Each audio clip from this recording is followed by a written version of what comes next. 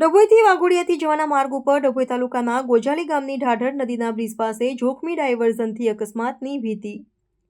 વાઘોડિયાથી ડભોઈ જવાના માર્ગ પર ગોજાલી ગામ નજીક ઢાઢર નદી પર બની પામી રહેલ બ્રિજની બાજુમાં જોખમી ડાયવર્ઝનથી અકસ્માતની ભીતિ સેવાય છે। પાણીનો છંટકાવ પણ કરવામાં આવતો નથી, જેના કારણે ધોળાની ડમરીઓ ઉડી રહી છે।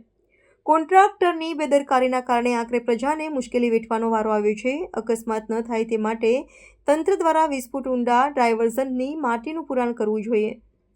ડભોઈ તાલુકાના ગોજાલી ગામ પાસેથી પસાર થતી ઢાઢર નદીના બ્રિજનું અંદાજે 7 થી 8 માસ અગાઉ નિર્માણ કાર્ય શરૂ થયું છે। બ્રિજની બાજુમાંથી હાલમાં વાઘોડિયાથી ડભોઈ તરફ આવવા જવાવાળા વાહનો ડાયવર્ઝનનો ઉપયોગ કરે છે।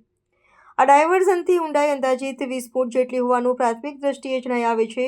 ડાયવર્ઝનની બંને બાજુ ચડવાના ઢાળ પર અને તેમાં પણ ખાસ કરીને ડભોઈ તરફના ઢાળ પર જોખમી રીતે કાચા માર્ગવાળા ડાયવર્ઝન પરથી વાહનો પસાર થતાં અકસ્માત થવાની સંભાવના વધી છે।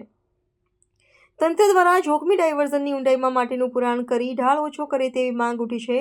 આ પ્રોજેક્ટના સ્ટેટ માર્ગ અને મકાન વિભાગના ડેપ્યુટી એન્જિનિયર સાથે ટેલિફોનિક વાતચીત કરતા તેઓએ જણાવ્યું કે આ ડાયવર્ઝન અમારા તરફથી આપેલું નથી, અમારા તરફથી અમારા ગામમાં ફરી જવાનું ડાયવર્ઝન આપ્યું છે, પરંતુ સ્થાનિક લોકોની વિનંતીને ધ્યાનમાં રાખીને વૈકલ્પિક રીતે ત્યાંથી વાહન વ્યવહાર કરવા દીધો છે।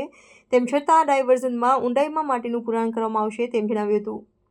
આ બ્રિજનું કામ ચોમાસા પહેલા પૂર્ણ કરી દેવામાં આવશે તેમ ડેપ્યુટી એન્જિનિયર જણાવી રહ્યા છે।